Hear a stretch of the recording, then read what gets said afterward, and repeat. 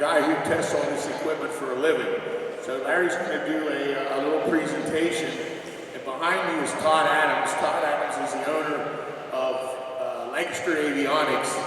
And he's the shop that did, for those that got to see the panel in my airplane, that's the shop that did that beautiful, beautiful panel. And Todd did my Tiger in 2002 when I had some new avionics put in. And in 17 years, nothing that they did in 2002 ever failed. I never had a problem with it. I had one or two other shops do stuff in the interim, and every single thing that those guys did at some point failed. So these guys are a top shop, and Todd's going to be here to answer installation questions or anything that relates to the actual installation of the product in it. So roundtable discussion, Larry Anglisano, Todd Adams.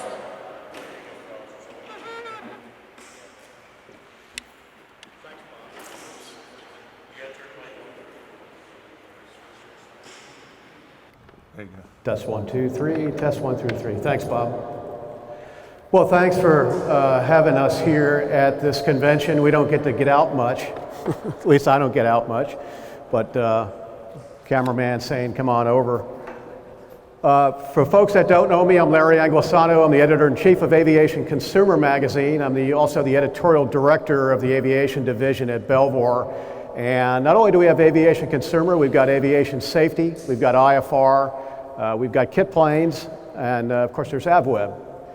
And a little bit about me, I was an avionics technician for a lot of years. And between Bob and myself, we've got about 50 years experience between the two of us. I'm a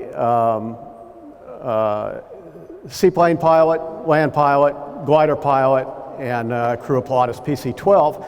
I'm also building an RV-12 kit plane.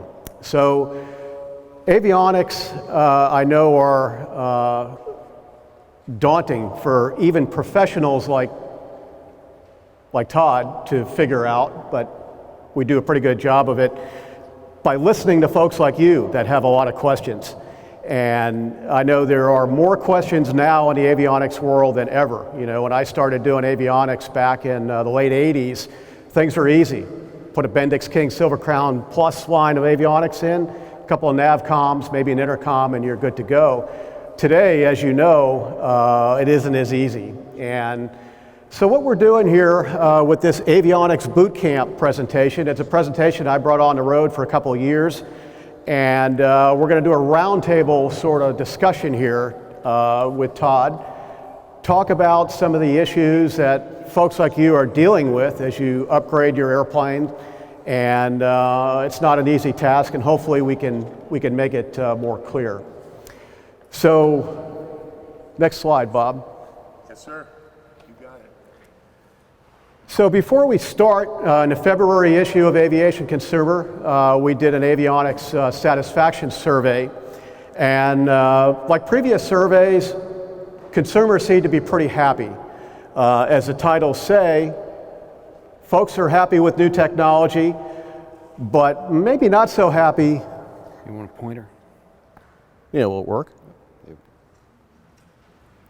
Oh, just a point up there? Yeah. Top button. Nice. Everybody likes new tech for the most part, but folks don't like the long downtime. They don't like lead times. And of course, with avionics installations also come overruns. And that was something that's consistent for the past couple of surveys. And things are probably getting worse. We're hearing stories of hangar queens because of supply chain issues. Shops are having trouble getting parts. Todd could talk a little bit more about that as we go along, but things aren't getting much better, unfortunately, and I think patience is the name of the game. Next slide. So here's just a recap of the survey. Maybe kind of tough to see. I'm going to come over here so I can see my screen, but I'll sort of read some of the things that we found. Avionics by brand, Garmin was on top of the world at 71.3% in the folks that we polled. 71.3% of the folks that we polled put Garmin avionics in their airplane. Probably not much of a surprise. Avidyne comes in at 11%, and other is 13.7%. That's Dynon, Avionics, and some others combined. The level of satisfaction, pretty good. 76.8% came in very satisfied with their avionics, and 17% were somewhat satisfied. And the folks that weren't very satisfied, pretty low. That's a good thing. 95% of the folks have already done ADS-B installations. That's no surprise. And of course, the folks that did put ADS-B in, 63% of them were Garmin. So you see the trend here. Garmin seems to be at the top of the market, as it has been for a lot of years. There has been some more competition in the avionics market, but I don't see anybody taking the pole position for a while. And 56% said that they will install ADS-B if they haven't already. This survey is probably about 8 months old now, so we'll repeat it maybe in another year. We also looked at avionics reliability, and the good news is that 83% said that the overall performance of their avionics, very reliable. Only 12% had some issues, and 67% didn't need any repairs at all, and that's a good thing. So I think the takeaway there is that our avionics are becoming more reliable, and of course the reliability has got a lot to do with the installation, and we'll talk about that as we go along. So let's start the roundtable discussion here, and we'll get Todd Adams at Lancaster Avionics into the game here. Why don't you tell us a little bit about your experience and where you come from in the avionics world? Well, good morning. Nothing like having to follow up with a professional speaker. Fooled them again. I went down to Spartan School of Aeronautics right out of high school, got a degree down there, went to work for ASA Airlines down in Georgia for a few years, and then I grew up in Lancaster County, went to Penn Manor High School, so I ended up moving up back home. There was a job opening up at what was then Lancaster Aviation, which eventually became Lancaster Avionics, and I've been there ever since. So a lot of it was coming back home, pursuing my passions outside of work, and then just sort of growing to become the owner, co-owner of Lancaster Avionics. So that's my background. So technically been in the aviation industry since 1989.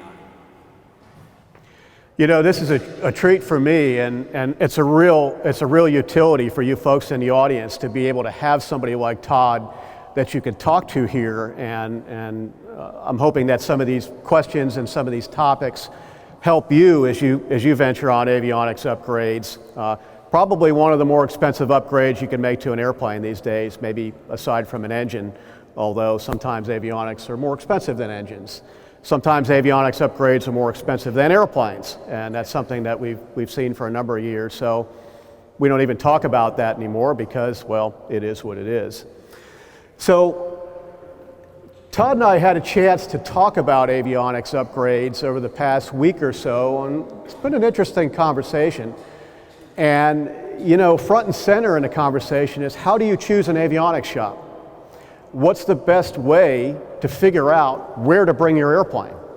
And if you've already got an avionics shop that you've been dealing with for a number of years, and you're happy with that avionics shop, the advice is to stick with that shop, because in a day where we're seeing part shortages, we're seeing long delay times to get on a schedule, maintaining a good relationship with that shop, keeping that relationship on the rails, is probably going to get you better service at that shop as far as scheduling, and the advice is the same as it always is. Find a shop that you like, keep it on the rails, and maintain that relationship. So, as any avionics manager will tell you, any good avionics manager will tell you, that the common denominator is quality, but that doesn't always exist. Why is that? Well, a lot of times, you know, you as an aircraft owner, you know, you're at a point of disadvantage right out of the gate. I mean, even being in the avionics industry, this stuff is changing so rapidly. So My screwing up? You're just walking around a lot. On Sorry. everything, you're looking for guidance to get from whatever point A to point B is. And in the process, you're going to talk to people, you're going to read articles, you're going to look at things on the internet, and trying to find that source that is really going to walk you through the process and evaluate what you have, offer suggestions on where you're going to go. That can be difficult to find, especially in one spot. My approach personally has always been to look at the aircraft and have long conversations with customers. I want to know things like, how long do you plan on owning the airplane? What is the mission with the airplane? Are you VFR? Are you VFR light IFR? Are you flying hard IFR?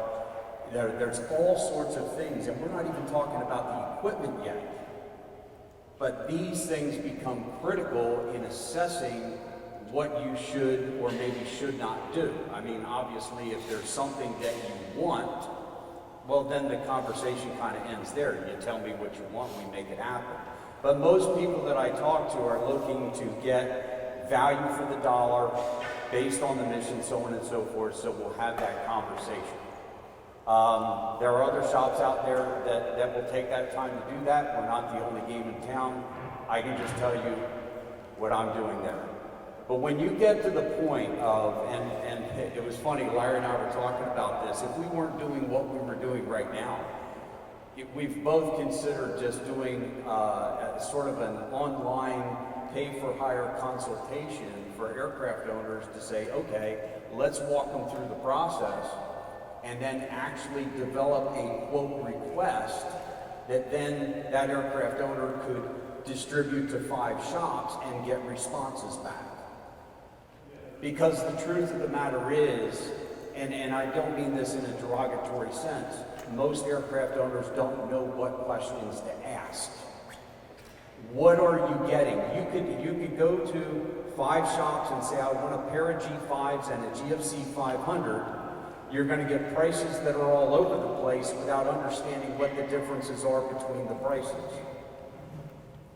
The guy who gives you the lowest price may leave all the old stuff behind. The guy in the middle, he may end up, he may say, well, I'm giving you all new harnesses. I'm not using the old ones like maybe the lower guy, but what he didn't tell you is he didn't remove a lot of stuff out of the airplane. There's only one way that I quote stuff, and that is if you're coming in, we have things that need to be removed. Every nut, bolt, screw, bracket, servo, wire, cable, every strand of wire is coming out to create a clean platform in order to put the new stuff in. Obviously, that takes more time. You're going to see typically a higher price for that. But it's about knowing what to ask for, because all of these quotes are not necessarily created equal. Yeah, that's true, and we'll talk about the installation side of things and how not every installation is created equally from a nuts and bolts or wiring standpoint. But you know, Todd, you said something interesting that makes a lot of sense, and it may even be the whole takeaway here for this entire presentation. Todd said to me, you know, I'm not a salesperson. I'm a bad salesperson, and that's good. That's what you want.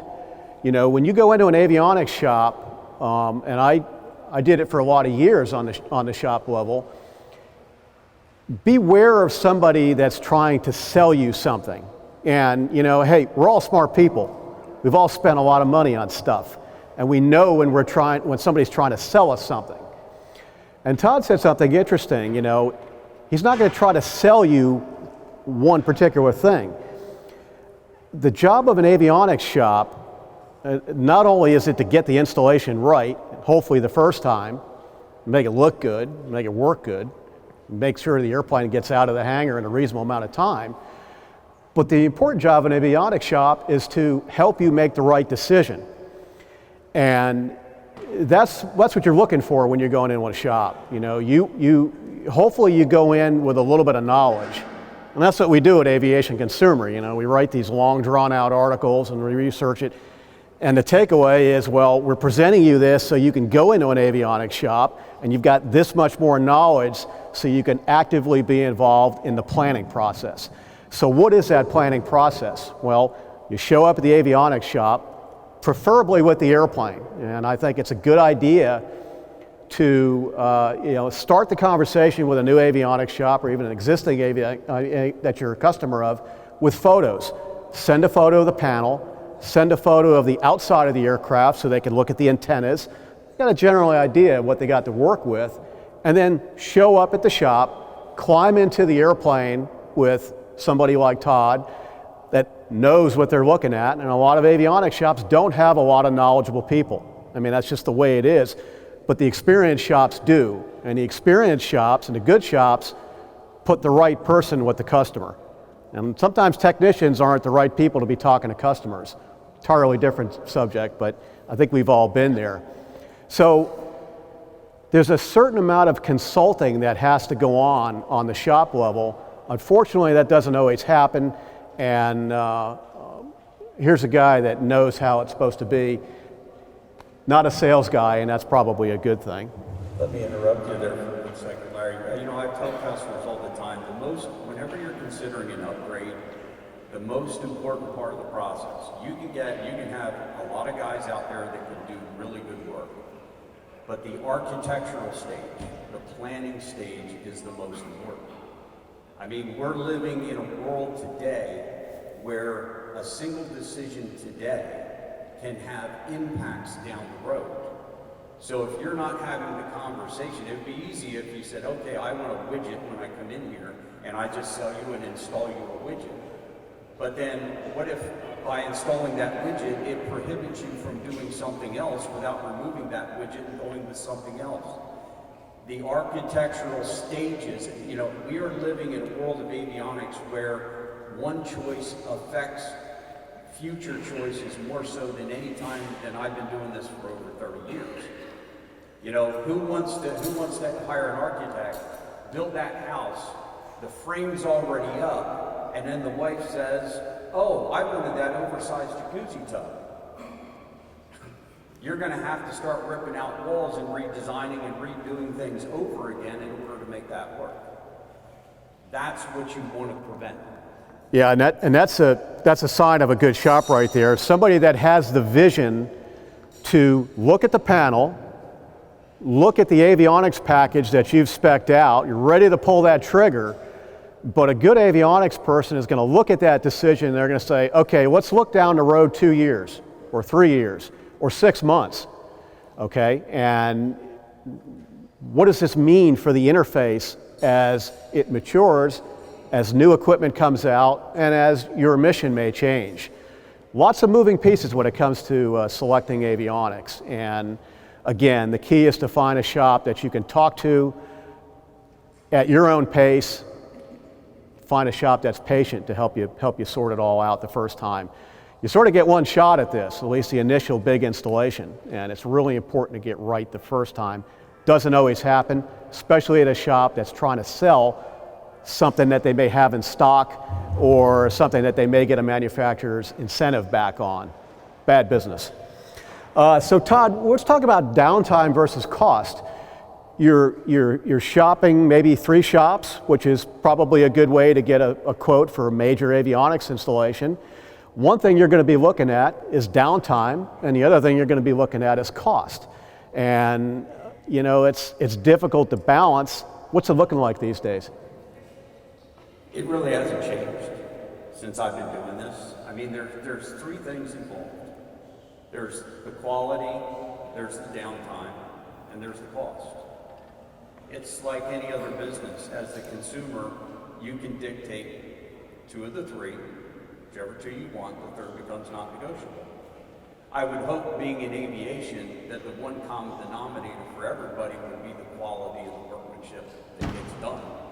Because if it's not quality, that can come back and bite you in the rear later.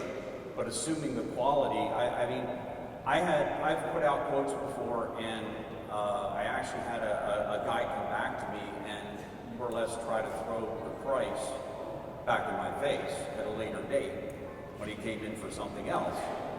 And I offered to go out and look at the airplane, and I went out there and I was very honest with him. I said, you know what, you got a very good quality job. That's what everybody wants. And he says, well, yeah, and I got it done for a couple $1,000s cheaper. I said, out of curiosity, how long was your airplane down? Oh, about 7 weeks. Seems like I recall I told you about a week and a half, 2 weeks at the most. So the point is, he got the quality that he wanted, he got the lower price that he wanted, but what he had to sacrifice was the fact that the aircraft was down longer because he was dealing with a smaller shop where they had one guy working on it. So it's not all about one specific thing or the other. It just, you know, as long as you're getting the quality, that should be the common denominator. But that's how it's kind of played out for years. And everybody's situation is different. You know, when I went to school at Spartan, they were a certified FAA repair shop. You could send your gyro there and they would give it a fresh overhaul, and the only thing you paid for was parts. That was it, no labor. But you might wait 6 months to get that gyro back. There's the trade-off. So, you know, if you're new to a shop, or if you're shopping among shops, you get a pretty good idea of the service you're going to get by the level of communication you get on the front end. How quickly does that shop manager or whoever you're dealing with get back to you? Communication is key. And you know, one thing that we see in all our satisfaction surveys, whether it's paint work, interior work, avionics work, engine overhauls, engine swaps, interior work, is communication. The shops that nail it, nail the communication. And you know, that's a big pet peeve of mine, because today it can't be any easier to communicate. We got text, we got email, well, we got phones, but sometimes people don't like to talk. But the point is, it's never been easier to communicate with a customer. And if you show up at a shop or call a shop as a potential customer for maybe a $60,000 upgrade, and you don't hear from that shop for a week, what do you think your experience is going to be dealing with that shop once you pull that trigger? You know, I'm sort of kind of hypothesizing here, but that's sort of where it is. You know, you said something interesting over at Lancaster. You can't leave a message there. So you dial in the Lancaster, they're all scattered around working on airplanes. He's running around talking to a bunch of people. You're trying to call, you're not going to leave a message. Why is that? I always want you to talk to somebody. If I'm not available because I'm out doing something on an airplane or whatever, I want you to have a voice. I don't want you to have to leave a voicemail and just wonder if it's in the electronic abyss. That person's going to talk to you and say, I know you called earlier, I've given Todd the message. He knows that he's going to call you. I always return phone calls and emails, even if it's to say, sorry I didn't get to your email today. I'll get to it tomorrow, but I'll reply or call back before I leave at the end of the day. That to me is the communication.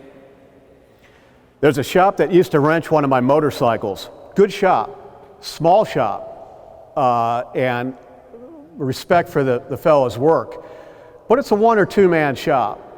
And this is a guy that works on the motorcycles, he does the billing, he deals with the customers, he deals with the shipping, on and on and on and on, but somebody has got to talk to the customer. Somebody's got to be on that front line to deal with the customer, whether it's a new customer, an existing customer, a customer that's got their airplane all over the hangar floor.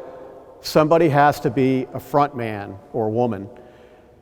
When you go into a shop, be real, just kind of, you know, get a feel for how the communication is going to be, and that might be a pretty good indication of how you're going to be communicated with once the airplane shows up on the shop floor. Or even finished. Say again? How they're going to communicate when it's finished. What questions you're going to have. Well, that's right. After the fact. Yeah, that's right. You know, and I talk back of the bad old days or good old days of avionics installation where you pop a NavCom in or maybe an HSI or something and you fly away and you don't have to deal with the shop for another couple of years maybe, or maybe when it's time for the next pedostatic check. The reality is today, when you select an avionics shop, you're building a relationship that's pretty important. You're going to be going back to that shop for software upgrades. You're going to be going back to that shop to tweak the interface. You know, it's an ongoing active relationship that we have with avionics shops these days that we didn't have before. So again, pick the right shop that you think you're going to be able to communicate with to your standard. And I think everybody, when they're spending a lot of money or a little money or just wants their airplane back, they want a good communicator. Real important. We talked about considering the amount of time the shop spends with you on the front end. You know, if you feel like you're making this $40,000, $50,000 investment, you know, does this shop really care about me? Be a good read of somebody, and that's important.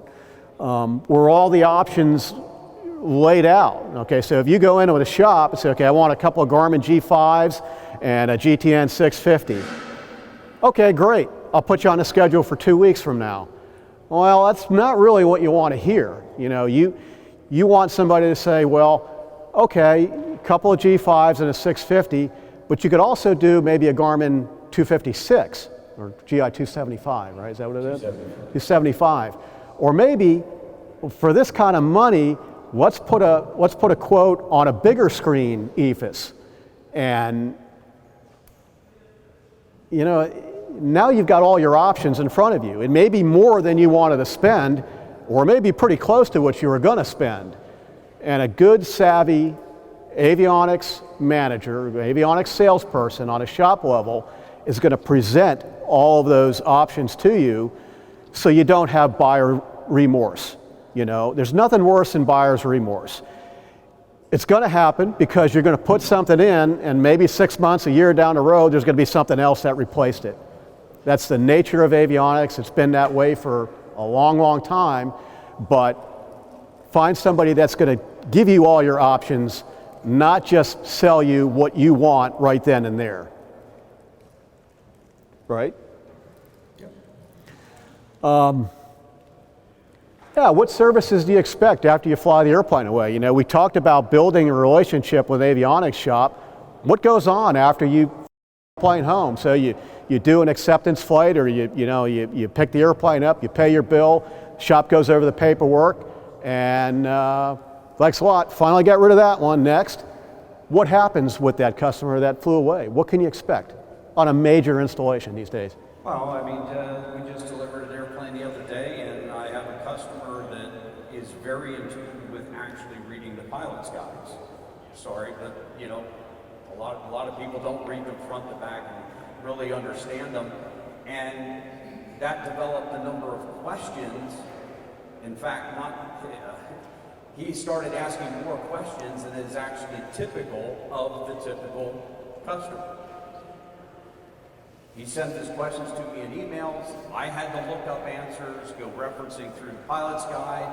There were times, you know, one of the questions was, why am I not getting the 500-foot call out on descent? I didn't know the answer, so I picked up the call. It's not about knowing the answer, it's knowing where to find the answer, Bob.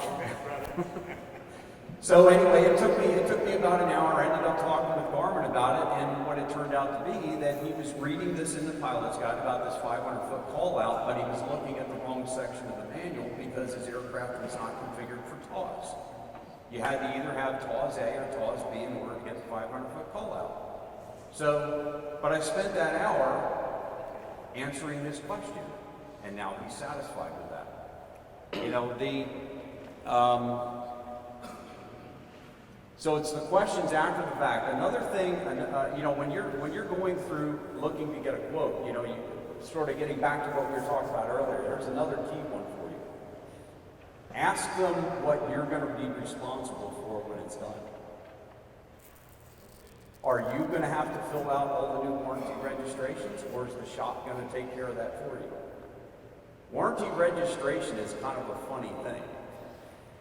Most manufacturers will give the dealer an 18-month shelf life on a product. So if I buy a product that sits on the shelf for 18 months, I put it in your airplane, the day I put it in, you get a 2-year warranty. If the warranty registration is done.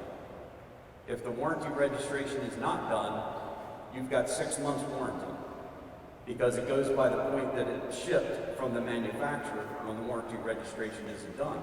That's why warranty registrations become so important. So if it does fail within the first 2 years that you own it, you actually have the warranty you thought you purchased. Shops that do the warranties for the customer and take it out of your hand, that's an uptick. That's one of the things you look for. It's one of the red flags if they don't. Yeah, you know, paperwork is a huge task for the modern avionics shop. It's been that way for a long time, and it's worse now. There's a lot of paperwork that's involved. In a major installation, shops are building paperwork packets that are specific to the airplane. It's called a flight manual supplement, and that flight manual supplement is just as good as a POH for the aircraft. It's got 337 forms, it's got emergency procedures, it's got normal procedures, instructions for continued airworthiness. There are so many aircraft owners that end up losing this important piece of documentation. And for a major installation, it's a big fat packet that the shop spends a lot of time producing. You're paying for it, and if you had to reproduce it, you're going to pay for it again. Sad story, if somebody goes to try to sell an airplane, I've seen it time and time again, goes through a pre-buy inspection, it's out there on the floor, and the shop doing a pre-buy brings in an avionics specialist to look at the avionics in the airplane, because you probably should do an avionics inspection, as minimal as it may be. But a lot of times you're looking at the paperwork. You're looking at STC applicability. If something's been field approved, where's the field approval paperwork? All of that is going to be in the flight manual supplement. And there are so many times where that flight manual supplement gets lost. It's still at a shop that did the installation 5 years ago. It's in a box in a hangar. It's in somebody's file cabinet at home. It was destroyed in a hangar that got destroyed by a hurricane. Always know where that flight manual supplement is. It's an expensive piece of paperwork that folks like Todd work hard to produce, and it increases or decreases the value of the airplane, depending on whether it's there or not. So I don't think I had that in any of my slides, but it's something that comes to mind, because good shops, as much as they hate doing paperwork, do good paperwork. And that includes logbooks, logbook entries, and insist that the paperwork is in order, good logbook entries, good documentation, accurate weight and balance, because it's going to add to the value of the airplane when you go to sell it, and a savvy buyer, a savvy shop is going to be looking for it. Yeah, I always call it the cattle chute. When the customer comes to pick up the airplane, I've got all their paperwork there on the counter. I open up the POH or AFM for the airplane. I say, here's the revised weight and balance, here's your new one, because that needs to be in there. I always put the ICA documents, the instructions for continued airworthiness, even though they're not legally required to be in the POH. I always put them in the service and handling section, because that's what they are. They're a service document. And then I show them the flight manual supplements within the supplement section of your POH, and then logbook entries and any other paperwork. That way, I know it got done. I double check myself by doing that. It shows the customer where everything is. That way later they go, well, you didn't give me a flight manual supplement. Yes, I did, because you and I looked at it right here on the counter.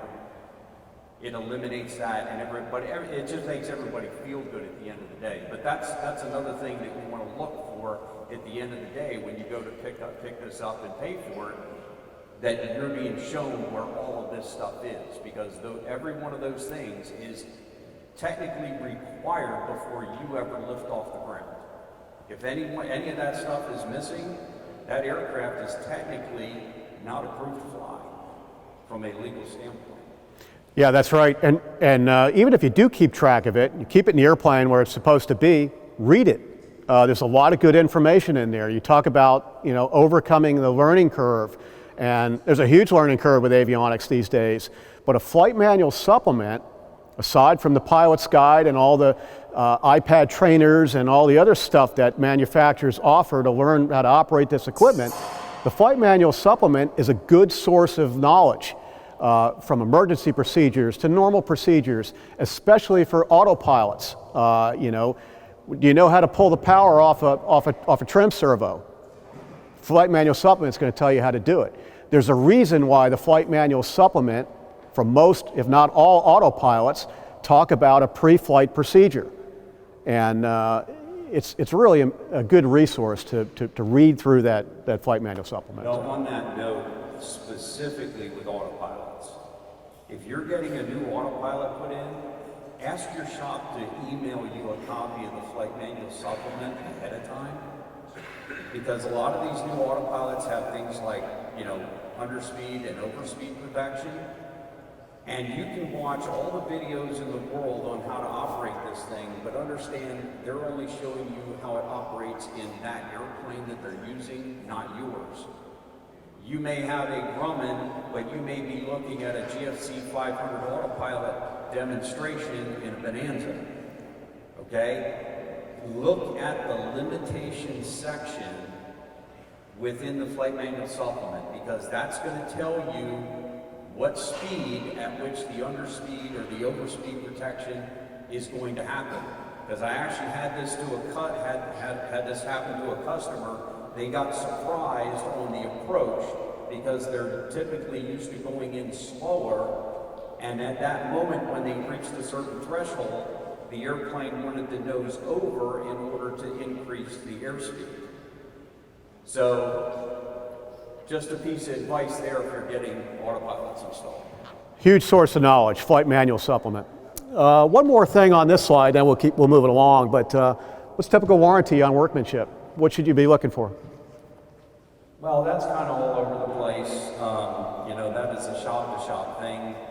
I sort of touched earlier on what we go through when we do installation work as far as what's involved. And for that reason, we offer a warranty on the workmanship for as long as you own it.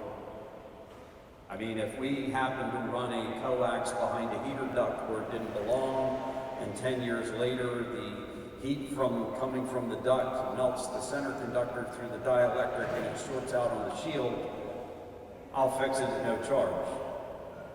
The irony of it is that it's so rare that anybody actually has to call me out on the warranty because it doesn't happen.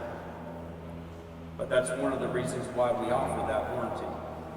Something that some manufacturers do have extended warranty programs, and this is not really a warranty issue, but one of the things, going back to the relationship, you could have, if you had a panel of a pair of G5s, you had, a G10 650, maybe even a second Garmin comm and a transponder, you've got 5 devices that's operated with software. And if you throw the autopilot in, that's 6. Most shops will charge you anywhere from a half an hour at a minimum. In some cases, it takes an hour or more to do software on one device. They're going to charge you by the hour to do that.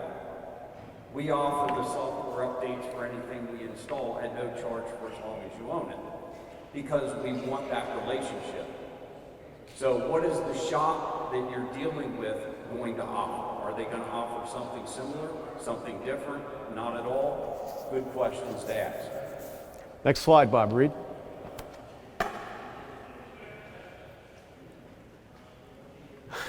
Yeah, customer has responsibilities too. And, there are ways of keeping a relationship on the rails and an easy way to make it go off the rails. And, we talk a lot about the demands we put on a busy avionics shop, spending a lot of money, and the avionics shop should produce, and they should treat you right. But there are responsibilities from the customer standpoint as well. Customers need to bring the airplane to the shop as scheduled. Shop's got a tight schedule, and if they expect to have your airplane there for when they start work on Monday morning, they're ready to put this thing in a hangar on Monday morning. That's how tight it is in a good avionics shop. Schedules are real tight. Get the airplane there when it's supposed to be, and clean the airplane out, for goodness sake. You know, nobody wants to spend an hour and a half, 2 hours taking all the stuff out of the airplane, and it happens. You know, you get bags, you get all kinds of stuff in the airplane. Chances are, in a major avionics installation, the interior is going to have to come out. So show up with the airplane emptied out. So not only does the shop have to spend the time to empty the airplane, but now they got to store the stuff. And I've seen it time and time again. You go pick the airplane up after it's been on the floor for 4 weeks, and something's missing. Well, where's my pulse oximeter? Was it in the airplane? Well, I hadn't seen a pulse oximeter. Oh, where's my life vest? Well, I get the idea. Bring the airplane in empty, ready to be taken apart, right? The other thing is abiding by payment terms. A good proposal, a good quotation, is going to have specific payment terms, whatever they may be. Maybe it's a third to order the equipment, a third when you drop the airplane off, and balance upon delivery of the aircraft. The shop has got the terms in place for a reason. It's a customer responsibility to abide by those terms. There's nothing that can send a relationship off the rails than financial arguments. It's a huge distraction, number one, when you pick the airplane up. Because when you pick the airplane up, after it's been all over the hangar floor for 4 weeks, you're a test pilot. The shop is going to be test pilots. You know, Todd stopped me and said, there's no such thing as a test flight after an avionics upgrade. But when you pick that airplane up and you strap into that airplane with a member of the shop, if that relationship is already stressed because of financial issues, it's a setup for, it's just bad news. It's going to spill into the cockpit environment, and it's just bad news, right? Well, and think about where we are right now. I mean, we started talking about lead times. I mean, good shops typically have longer lead times than ones that aren't so much. It's no different than, you know, automobile garages. You know, you don't want to take your car to the guy who's sitting there waiting for you to pull in. But the other dynamic with all the back orders and everything else, you know, whatever you're ordering, we may have a 2-month lead time to even get that product. You know, the way I typically do it is, hey, we agree on the quote, you send in a deposit, I put you on the schedule. Okay, that might not be for 5 or 6 months down the road when you're actually scheduled, but once I get your deposit, I'm ordering your equipment because I want to make sure that I'm absorbing whatever 2 or 3 month lead time there is on the purchase. The other advantage is that once that gets in and I have all your equipment on the shelf, there's a chance, remote as it is, but there's a chance, and it has happened, you may be the person that I call to come in and get it done sooner if I get an opening sooner than what you're scheduled. It opens up that opportunity. But the other point is, when all that stuff comes in for your airplane, I've already consumed 100% of the deposit you sent me, and I've outlaid thousands of dollars more to pay for this equipment. And then we finally hit your install date, and now your airplane, we're working on it for 3 weeks. I've already paid the wages for all of that stuff. And then a guy comes in and says, well, I want to take it up and fly it and everything before you pay it. Hey, if you're worried about handing somebody payment for the check and withholding it, then you obviously don't trust them to begin with. What are you doing there? Yeah, it's a good point. You know, and it's difficult to talk about, especially if you've got a good relationship with your shop, but money matters are money matters. It's nothing personal, it's just business. I can't go to my Acura dealership and pick up my Acura without giving them a check or my credit card. I'm not going to get my keys back. But in aviation, there always seems to be sort of a kind of like a, you know, I'll send you a check, or my I don't have those issues, so no, I know they're out there. Well, that's because you got Vinny in the background that's keeping tabs on things. Next slide, Bob. So yeah, we've talked about quality of work, know the plan. So you go to 3 different shops, you get 3 different quotes, and one of them's really low ball, or maybe 2 of them is low. You know what, is that a red flag, or are they, Well, it can be. all over the... I mean, you know, if you've got a one-man shop that gives you the lowest price, but yet he's doing everything that I described earlier, where you're removing all the old stuff, to prep it, to put it back in, it can still be a good deal, but it comes down to asking the questions. Why is that lowest guy low? It can all be for legitimate reasons, but you've got to know the questions to ask in order to determine that. Generally speaking, what I've seen over the years is that the lowest one, there's usually something there that makes it the lowest that is less than desirable. But it's not to say that it can't happen. I mean, I know a guy that was more or less freelancing, and you know, his overhead was basically zero, so he could charge $40 an hour instead of shop charging $100 an hour, and it took him the same amount of time, if not longer, so it wasn't a number of hours issue, but it took him forever to do the job, but he did a great job. It just comes down to finding out who you're dealing with in order to answer those questions. Now, up front, the more you ask about what the job's going to be, when you ask for those quotes, it forces the shop to quote it equally. And that's where I said we kind of kicked around what would happen if we'd ever start this business, where we did the consulting for, you know, putting out bids. Because I know my proposal, and I'm very confident Larry's would be very specific to say, these are the things that are going to get done, and now everybody's quoting the same thing instead of the way they do it. Well, and it's also how it's going to get done. You know, for instance, so you bring your Tiger into the shop, and you've got a KX155 and you've got an old GX60 GPS. You want to pull them both out, and you want to put a GTN 750 in, and you get a quote and say, boy, man, that's pretty good number. Well, so what questions do you want to ask here? How is that wiring going to be done? Are you going to pull out the KX155, pull out the GPS, cut the connectors off each harness, use all that wiring, pin in a new connector, connect it all up, and away you go? It'll work when it goes out the door. Sure it will.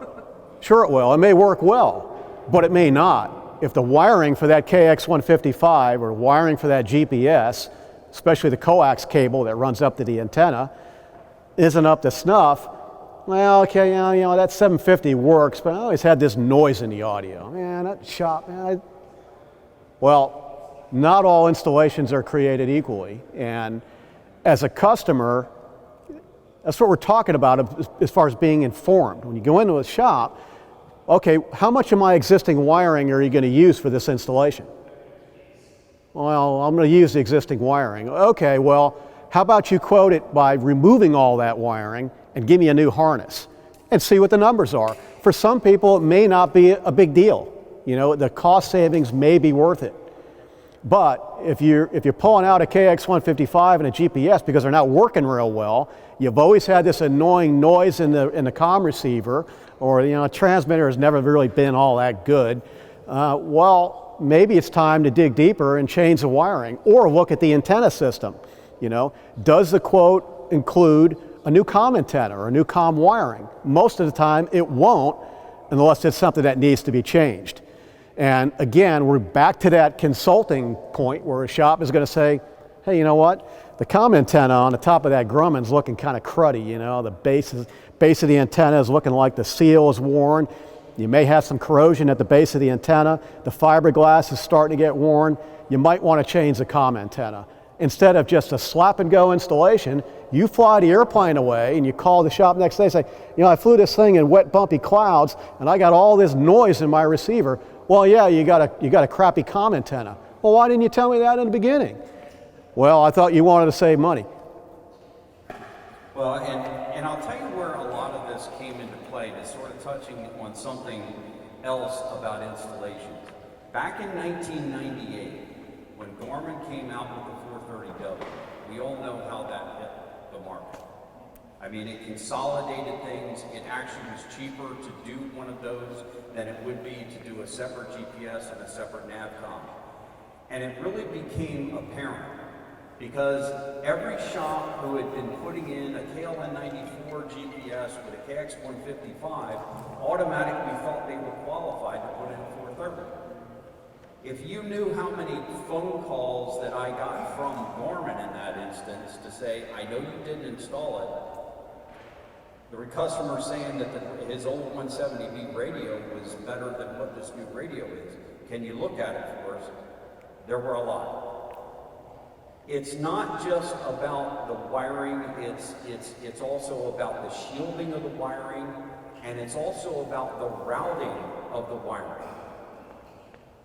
Most airplanes have a path from the front to the back of the airplane where they got holes where wires go through and you just tie wrap everything together. You can't do that with modern avionics and expect to have a noise-free scenario. You have to create separation amongst the harnesses. There are times where we'll actually drill new holes, putting grommets to run wires. How much more time does that take compared to just running it down the holes that are there? But you know what? By creating that separation, you are far less likely to have issues at the end of the day. So it's not just about the removal and install, it's the knowledge and the desire to go to those more extreme measures in order to make that happen, to make sure that you've got a clean install. Yeah, and that could be at the cost of downtime. You know, face it, none of us want our airplanes tied up longer than they need to be, but when you get a call from the shop with that instance, well, it's probably going to take extra time, but in the long run, it's going to be worth it. Yeah, I don't want the airplane back any more than you want to bring it back for a problem. Next slide.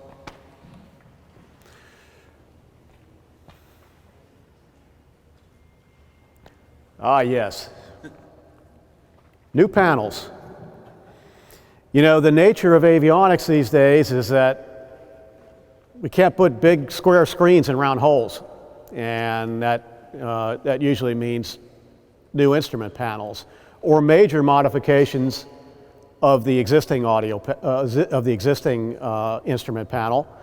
And it's major work, it's major downtime, it's custom work, and you really need to choose a shop carefully because they're going to be producing a product that you're going to be looking at every time your eyeballs get in that airplane. And you need to be an active participant in designing the layout of that panel, from the paint to the placarding to the layout to the position of toggle switches. Big work, right, Todd? Yes. What's the takeaway?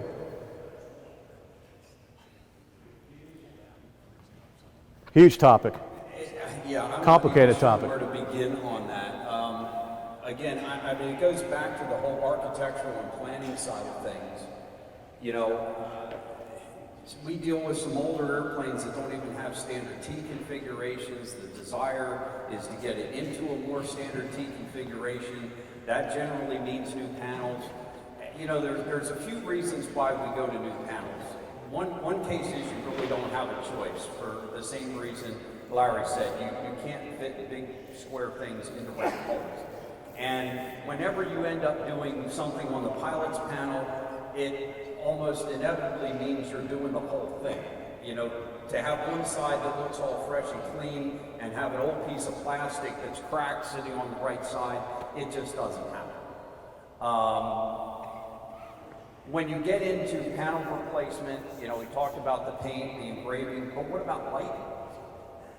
You know, a lot of these new panels have a combination of things that are backlit, glass panels, some instruments may be internally lit, but then you've got, you know, other instruments, maybe engine gauges, whatever, that don't have any lighting to them. So there's all kinds of things to take into consideration when it comes to doing these panels. You've kind of hit on all the points already. As a general rule, and in this sort of a forum, I usually don't like to talk price too much, but in most airplanes, if you're looking to have a panel made from scratch, left to right, paint, engraving, placarding, whichever you choose, lighting, everything you see from the top down to the sub panel, I usually figure $5,000.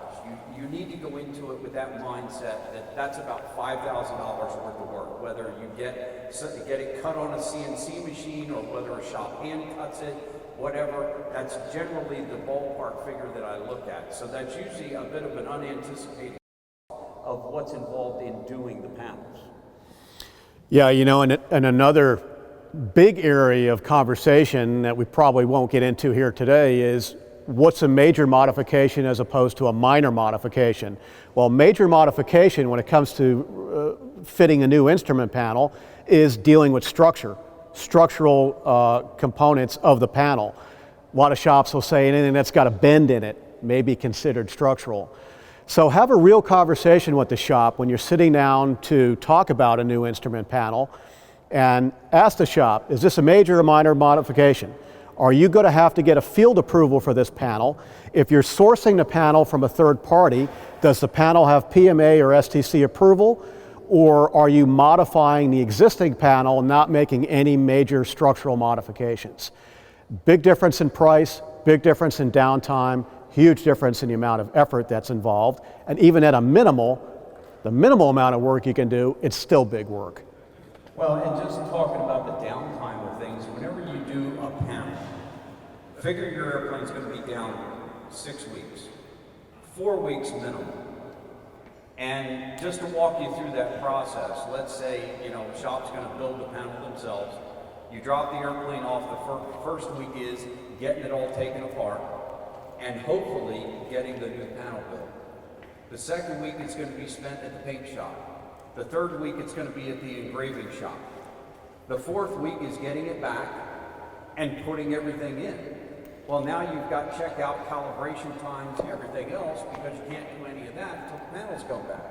So I know I'm going to sound a little ridiculous, but let's say other than the panel, the physical work you're having done is only a 2-day job. Your airplane's just going to be sitting there with nobody working on it until the panels come back. So if there's any hiccup along the line where the paint shop takes a week and 3 days instead of 4 days or anything else, you can easily see how your airplane's down for 6 weeks doing panels. Hey, that's a beautiful Roman panel there, Todd. Do you know where that came from? No clue. That's mine, and that's Other than he was happy to see it leave. Next slide. Yeah, so panel work, it's downtime, costs. You're going to have to figure you're going to be dropping at least a few $1,000 anyway. And that's more than just metal work, structural consideration. We got lighting, paint, placards, big work that you need to be involved in because it's your aesthetics and you want it to look good. Well, one more note on that. When we talk about doing panel replacements, one of the key elements that I like to throw out there is, I've had some customers really want to do some outlandish things, for lack of better terms. I like to design panels with this in mind. That yes, you may own the airplane and you're the only one that flies it, but sooner or later somebody else is going to own it.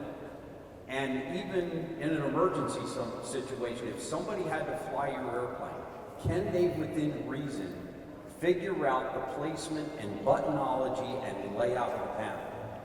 You don't want to be doing things that are just, and I've heard it all, but that's typically my approach and advice when it comes down to talking about the panel design. Any good pilot should be able to get in there within reason and figure it out. Good point. Next slide.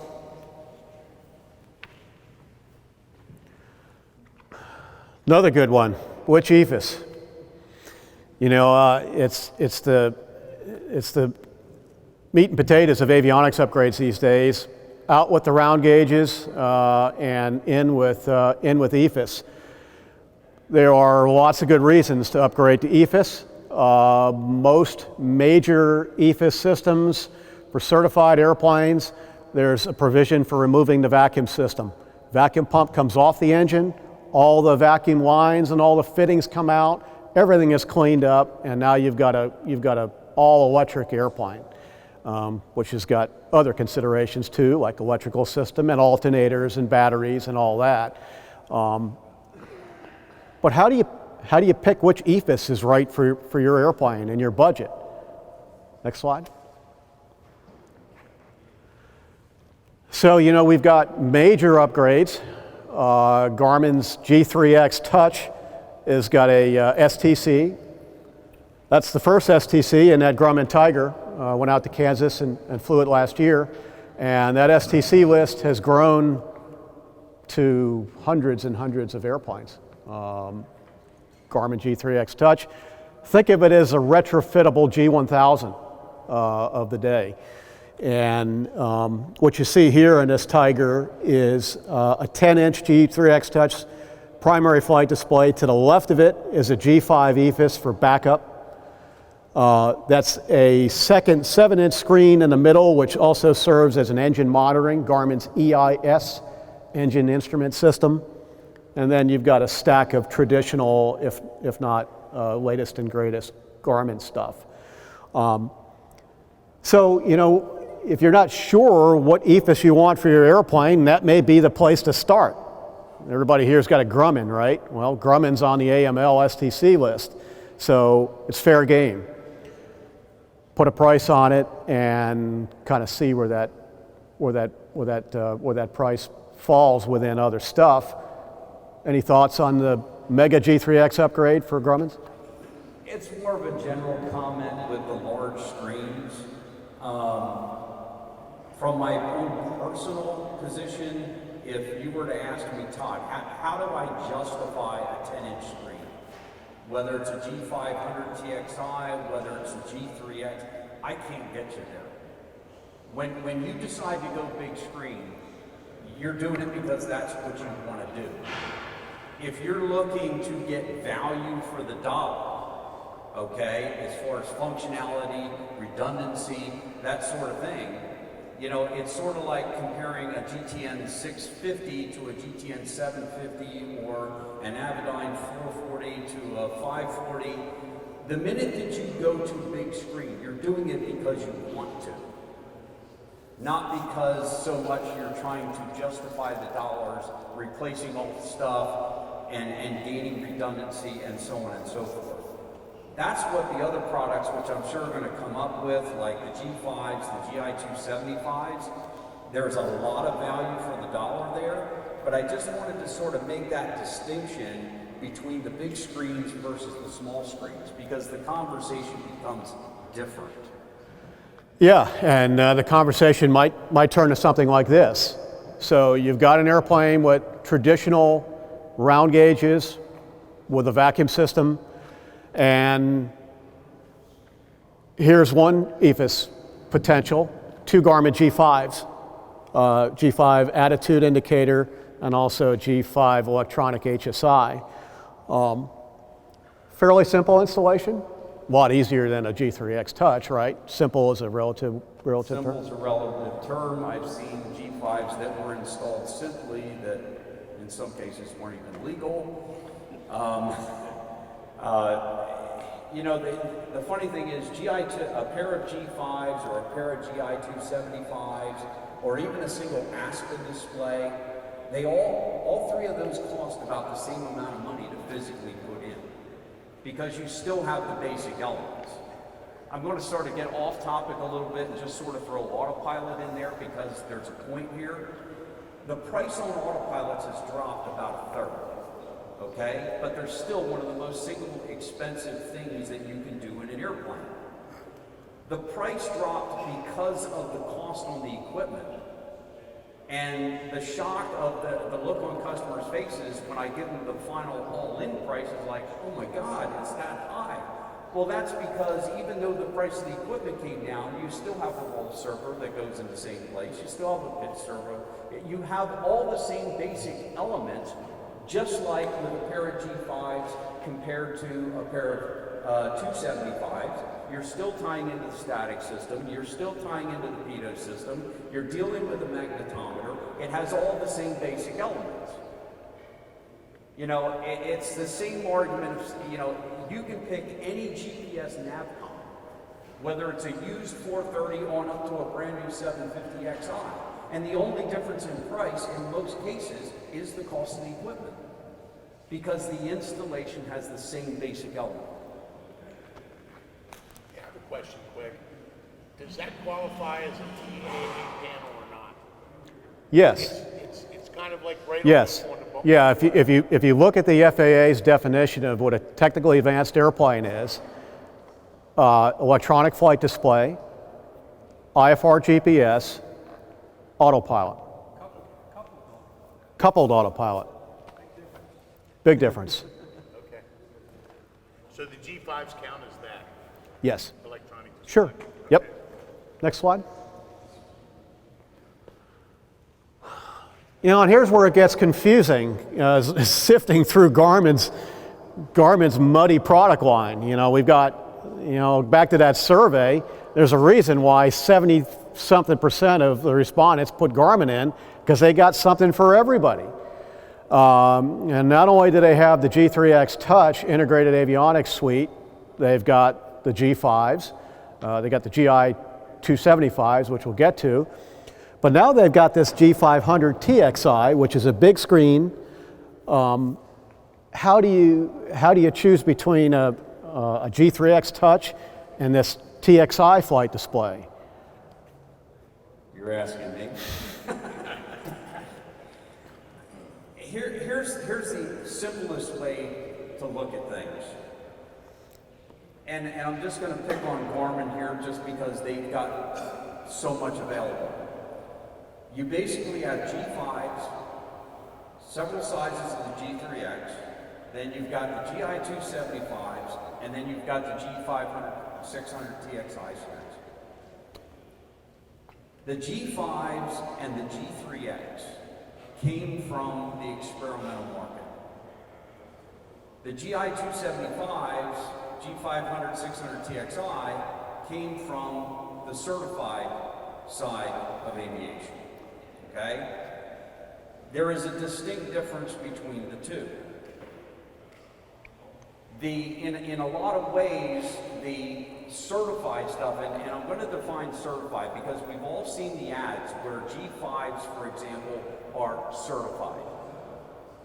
My personal preference would have been that they wouldn't have used the term certified. They're STC'd. They should have used the word approved.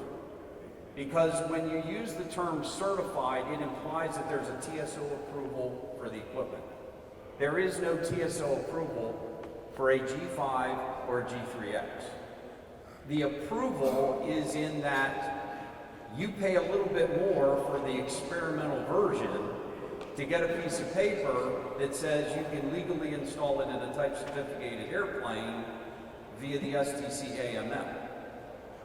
So the point is, if you have an airframe, now I know we're all grumbling here, we know that it's all on the list, but to make the point, if you had an airframe that is not on the STC AML for a G5 or a G3X, you can't put it in your type certificated airplane.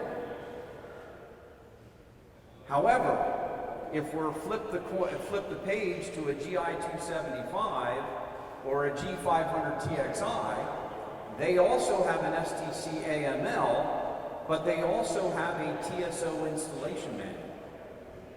So if you have that airframe that's not on the STC AML, a shop can still legally install it in accordance with the TSO manual rather than the STC manual. There is no TSO manual for a G3X or a G5. Now, in some cases, that limits the functionality of the G5s. If you compare that to the 275s, G5 doesn't have synthetic vision. It doesn't have MFD capabilities. GI 275 has all that. If you happen to have a Grumman that has a Century autopilot, if you're going to put in a pair of G5s, you're going to have to keep your vacuum attitude gyro, which may negate one of the reasons why you're considering it to begin with because the G5 cannot provide the information that the Century Autopilot needs to operate.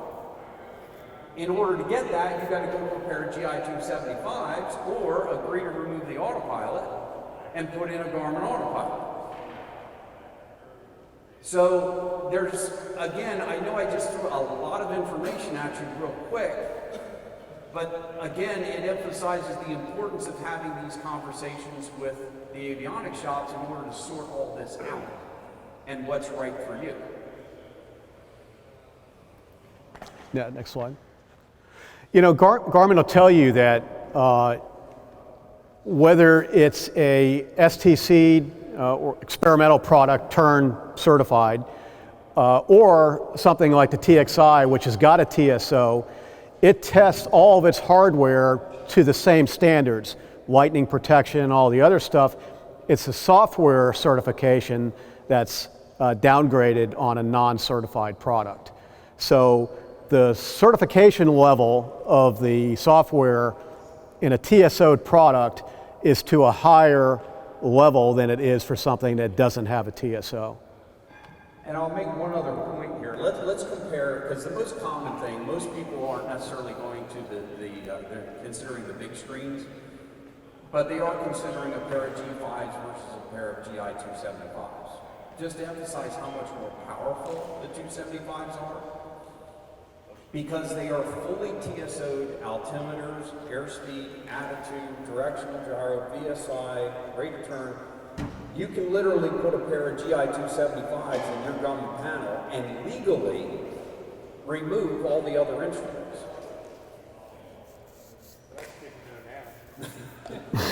Bob and I had his conversation prior to the GI-275s even being available.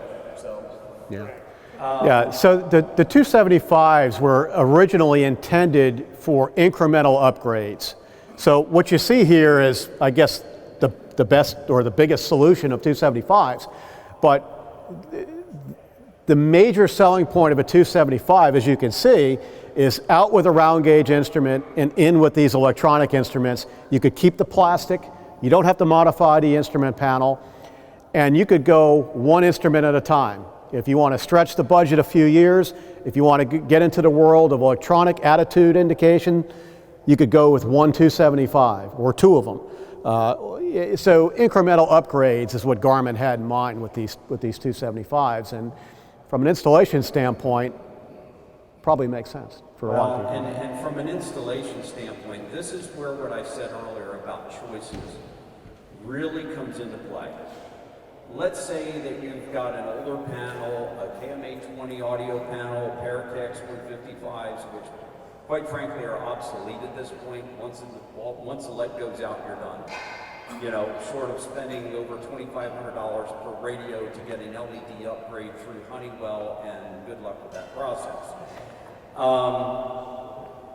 So you might be looking to do a radio upgrade where you're putting in even a used 430W. Okay, I'm just going to go low budget here, 430W, just to emphasize the point. We're going to have a conversation that says, okay, we can wire up that 430W to a used Garmin indicator and be done. But I'm going to say, what are your thoughts beyond that? Do you think you might end up with a pair of 275s or a pair of G5s? And you go, well, yeah, maybe later down the road. Okay, then understand this. If we do the 430 or any other GPS Navcom and wire it up to that used indicator, when it comes time to do that glass panel, you're going to take a hit on the price of the used indicator that you purchased. You already paid me to wire it up. Now you're going to pay me to unwire it and remove all that. And then you're going to pay me again to wire up the 430 to the G5 or the 275.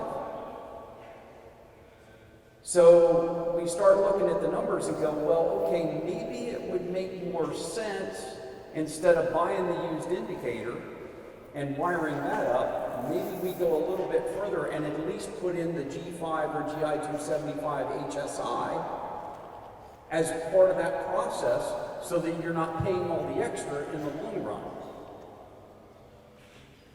Does that all make sense, what I'm talking about there from earlier? Good. Next slide. Garmin isn't the only game in town. Avionics is a company that started life in the unmanned market and up-and-coming market, and they've come on pretty heavy in the general aviation market. Their round gauge replacement solution is the AV30. And they've got an attitude indicator, and they've also got a heading display. Not as interfaceable as the Garmin stuff when it comes to interfacing with the main stack, including autopilot interface and also from a nav interface standpoint. Still a company to watch, still an option, a little bit cheaper than Garmin's offering. Any experience with Avionics? Yeah, I've installed quite a few of them. I haven't done the second display on the bottom, but done quite a few on the first, on the top. Again, seeing conversations happen, I think it's a great solution for somebody that's looking to get rid of a vacuum attitude gyro, or they're looking for a backup instrument that's going to be relatively inexpensive for them. But again, the conversation at least gets had. Okay, but what are your plans beyond this? Because if your plans beyond this are to grow into an autopilot, and that's one point that I do want to make, you can pretty much mix and match whatever you want in the radio stack, and they will all reasonably play with each other. But once you start talking about the pilot's panel, or you start talking about an autopilot, there are distinct marriages. Whereas one choice will default you to a number of limited choices. So again, the conversation up front becomes so important. Next slide. Another option in the big screen market is Dynon's HDX certified. Again, the Skyview started out in the experimental market. It's still in the experimental market. They earned an STC for retrofit in certified airplanes. I don't think the Grumman platform is on that STC list yet, but I heard it's going to be. So it is not, or it is? It is. Probably with some limitations. Not all of the, well, is it approved for autopilot? Does a Dynon autopilot approved for the Grumman? Major limitation, and it goes back to what Todd was saying from the beginning. Everything you do sort of revolves around that autopilot install.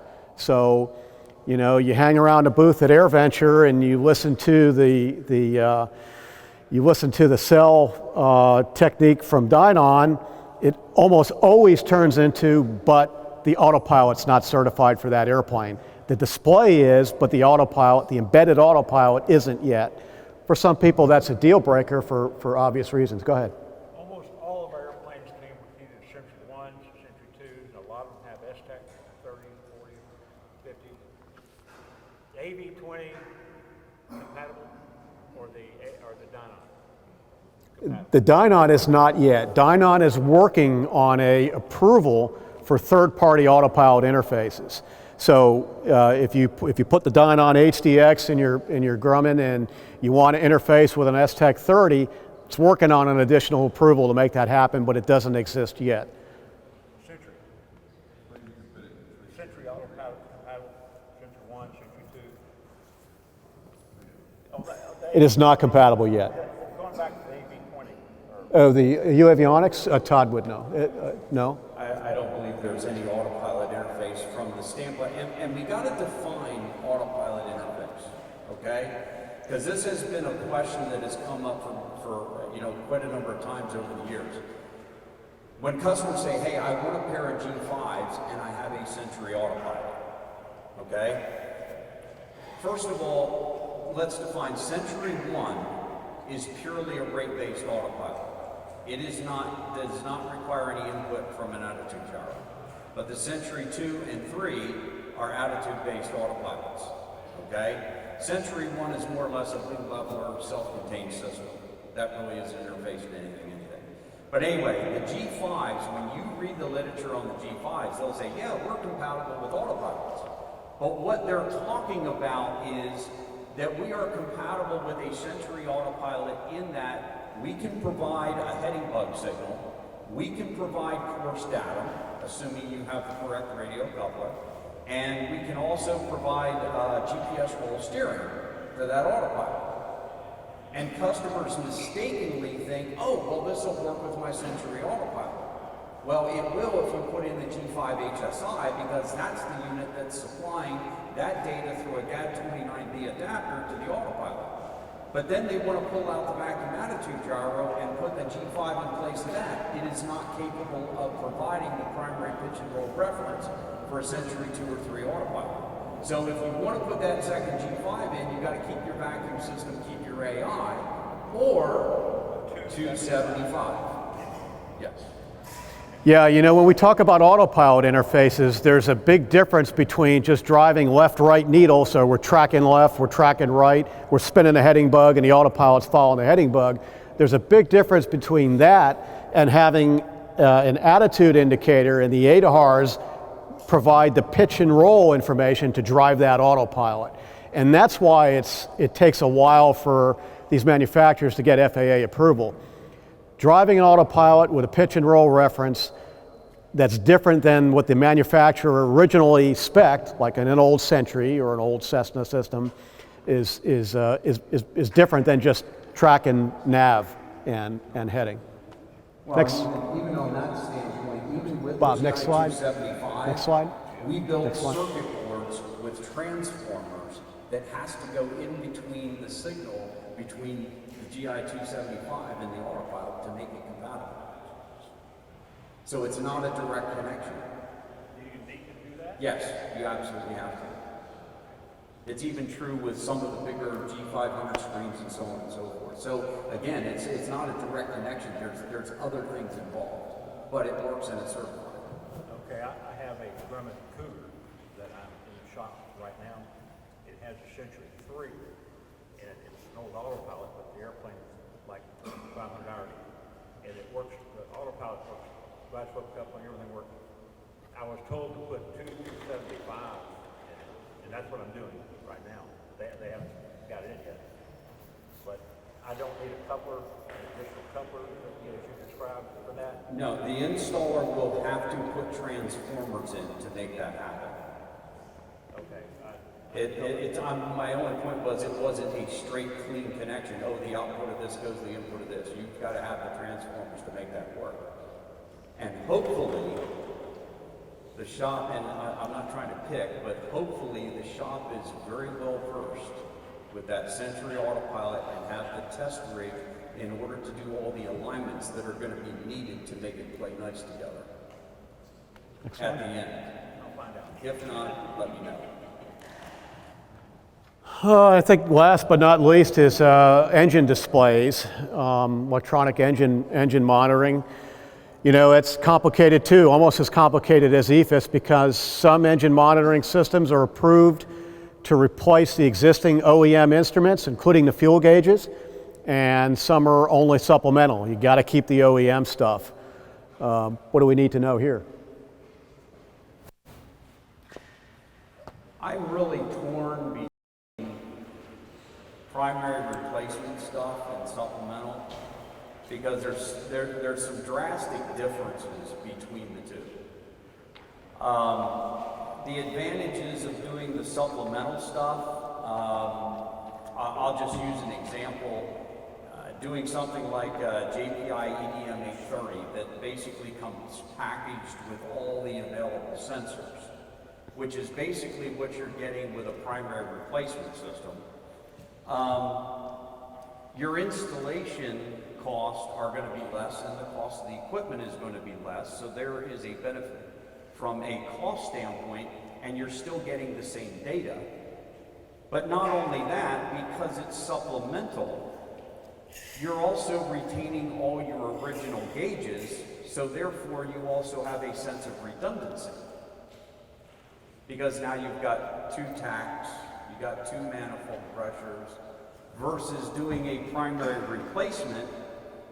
The installation costs go up because now you're taking the time to remove not only all the old instrumentation, But you're also removing every capillary line, every wire, every sensor, everything associated with the way that aircraft is built. And then the costs go up again, especially if you're looking at doing fuel quantity based on the senders within the fuel tank. A lot of the fuel senders in these old airplanes are either resistive or capacitive. They are known to be intermittent in nature, for which an analog gauge doesn't care. It sort of just balances things out. So you might have additional costs not only of draining the fuel tanks, the cost to replace or rebuild the fuel senders, and if you're going to replace them, there's a company called CIES, I believe that's how it's pronounced, CIES. You might want to consider just getting new senders that are made to run digital devices, because even during, and as part of the process, the aircraft's got to be leveled, and then you got to meter all the fuel in, so you can just start see the hours racking up when it comes to primary replacement stuff.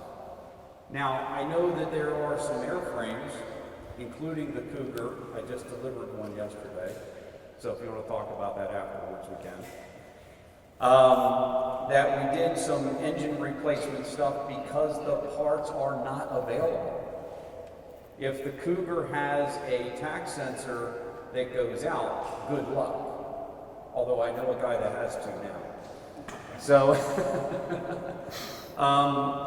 but then you also, when you start going primary replacement, you start looking at the panel and going, but now I have all these holes, and maybe the device that you're going to put in is a big rectangle or square. So now we get into the earlier conversation. Now this is precipitating redoing new panels and the cost of that. So you start seeing a huge division, even though when you look at it on paper and say, well, okay, this EDM 900 is, and I'm just throwing numbers out, 8,000, and this EDM 830 is $6,500, $6,800. Well, that's not much of a difference. The difference isn't in the price of the equipment. The difference is in the effort to make it happen.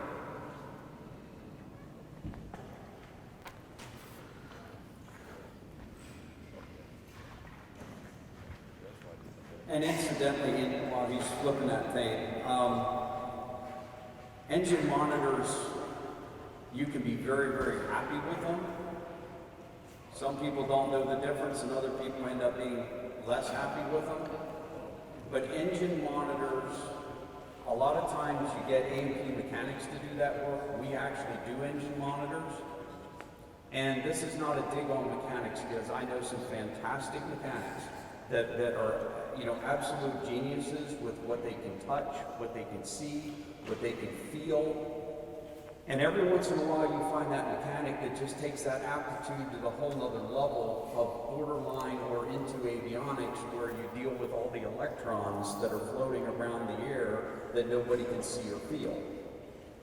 And the key to a good engine monitor installation has a lot to do with grounding and the routing of the cabling.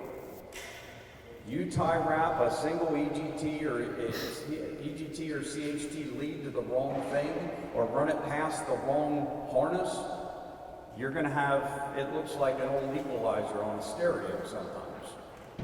So when it comes to engine monitors, you know, like anything else, a good installation can make all the difference in the world.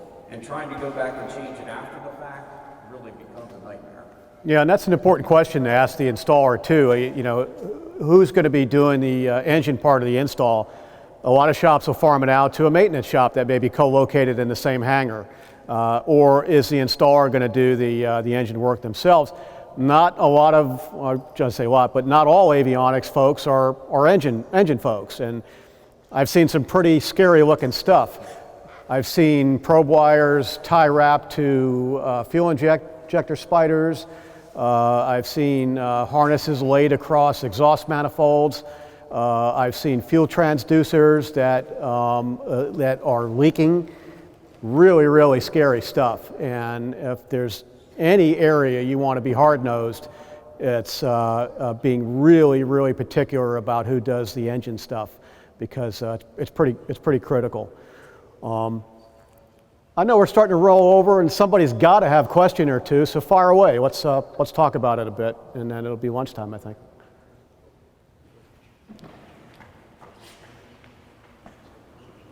Hi. Nice job. Nice job so far. So far, I like that. It's still almost lunchtime, so I'm just getting involved into a two-place project with my son. Total restoration. So there's some old stuff in it. From your point in the shop end of it, at what point would you like to get at it? Or when would it be best for someone doing a big project to do panel stuff before paint? Because you got to place some tanners, and I don't want to, I just want it to go simple. I just got to figure out where and when. I mean, this thing's, my particular project's going to even be off the gear for a while. Center spar out, so you just like all kinds of room. So what would you recommend? I generally recommend dealing with the airframe and engine first, okay? As far as the mechanicals of all of that. Then do avionics. Then you can kind of pick between paint and interior. If it were my airplane, I'd want to do the interior and then paint. The reason is, first of all, paint interior.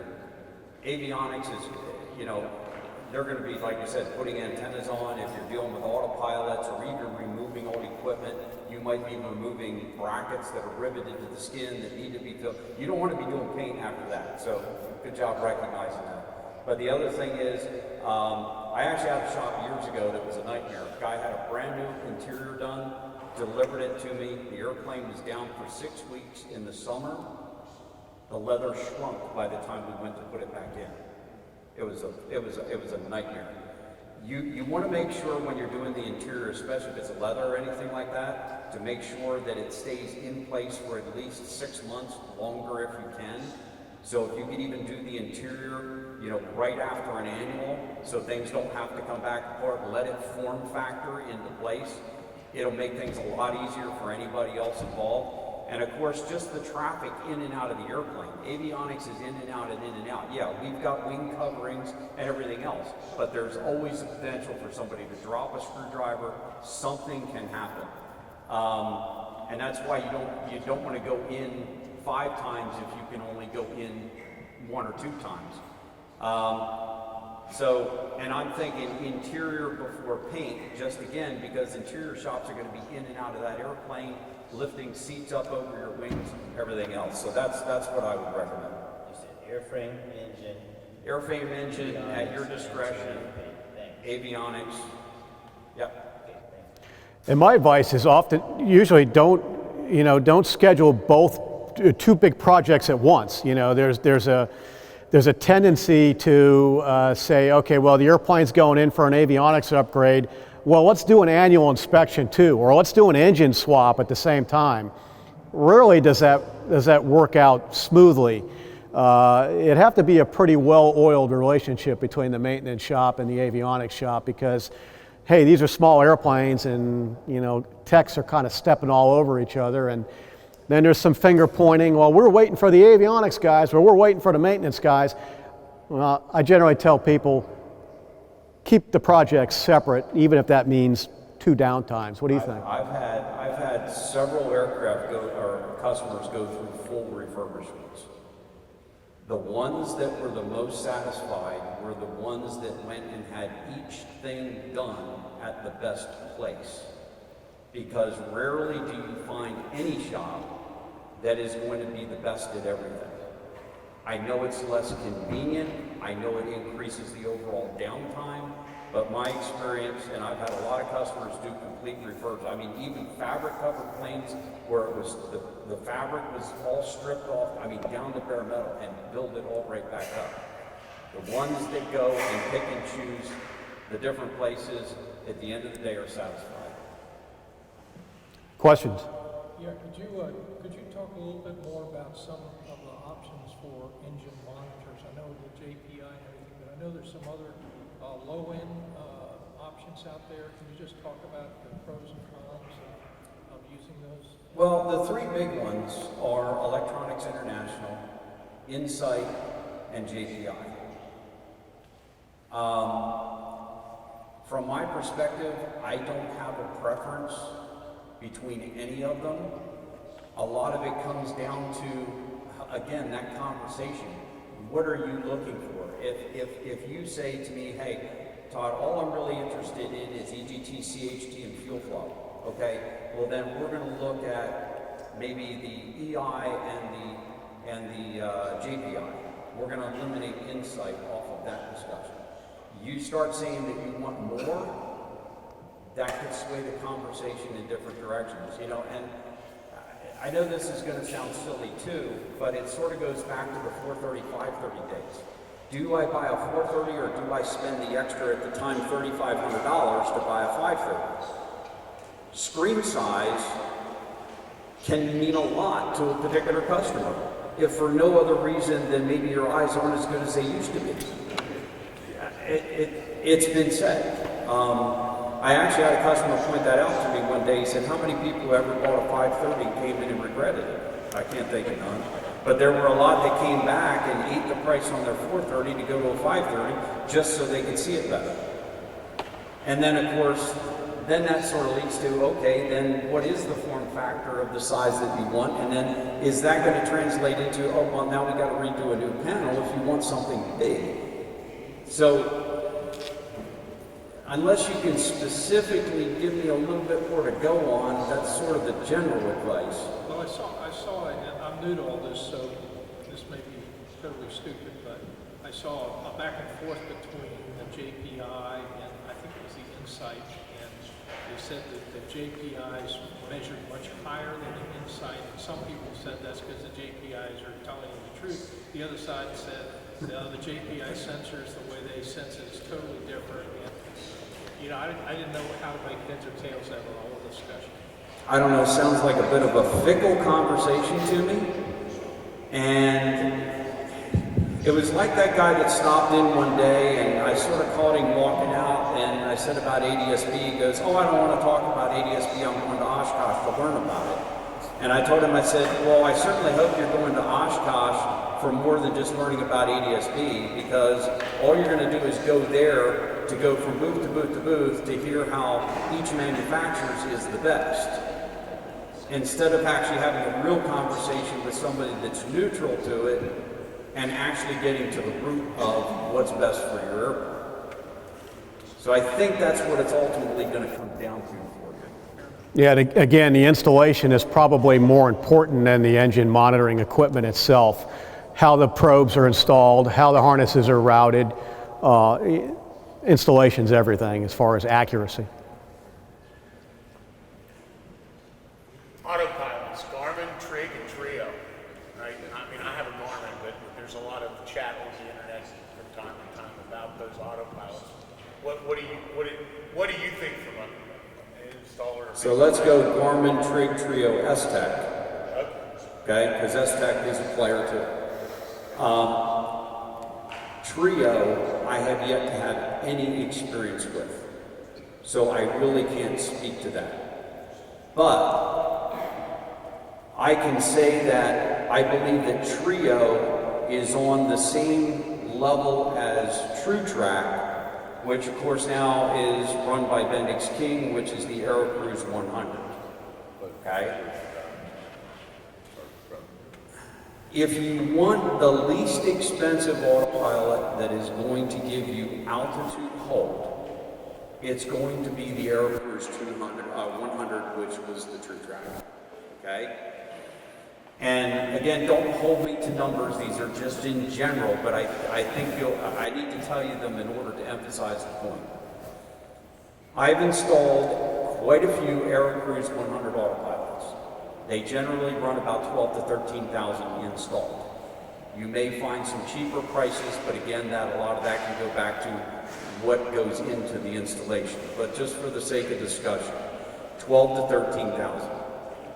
There are no prerequisites for that autopilot. You know, when you start talking about a Garmin GFC 500, the GFC 500 has a prerequisite of at least one G5 or better. So it's not just committing to the autopilot, you're also committing to at least one G5 at a minimum. So that, if you don't already have it, that's something you got to factor in. But just focusing on those two things for a second, here's the conversation I have with the customer, especially if he's leaning towards the AeroCruise 100.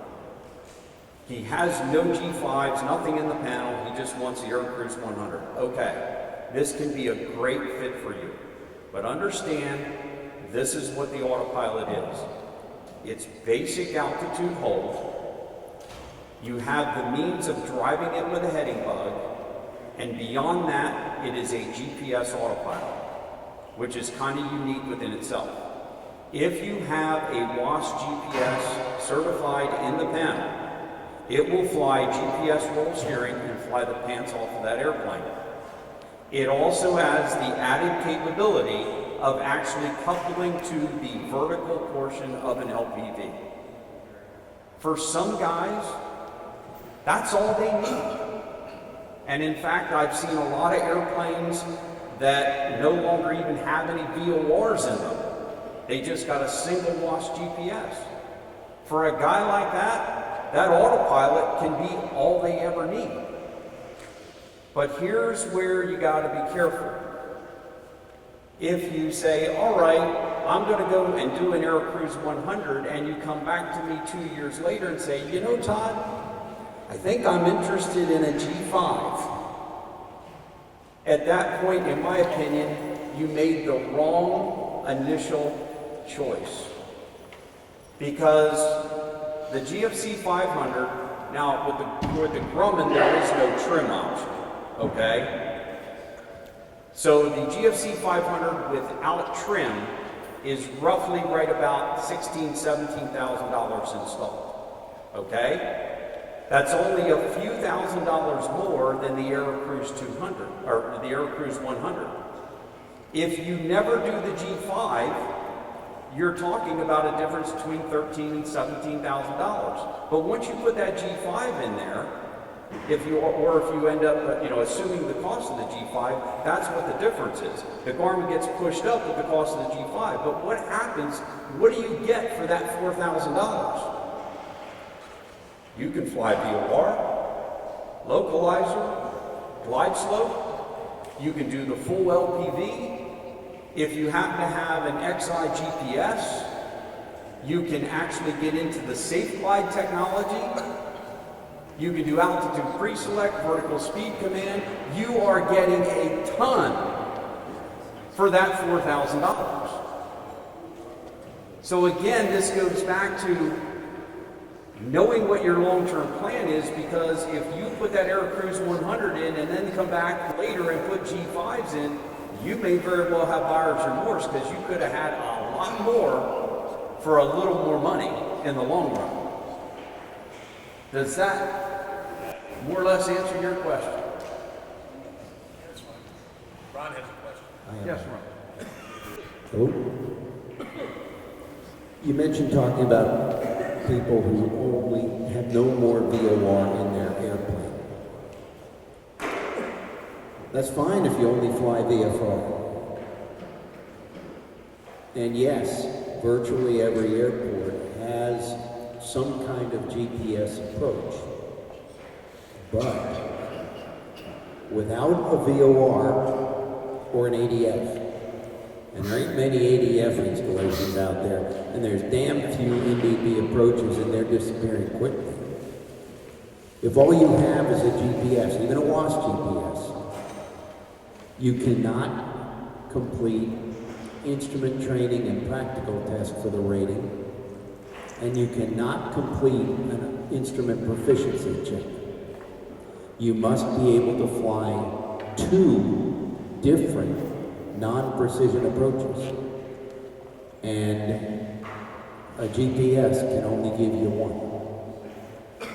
So think about that if you're looking at this option. Now, you don't have to, if you have an autopilot, you will have to use it for one instrument approach, non-precision instrument approach.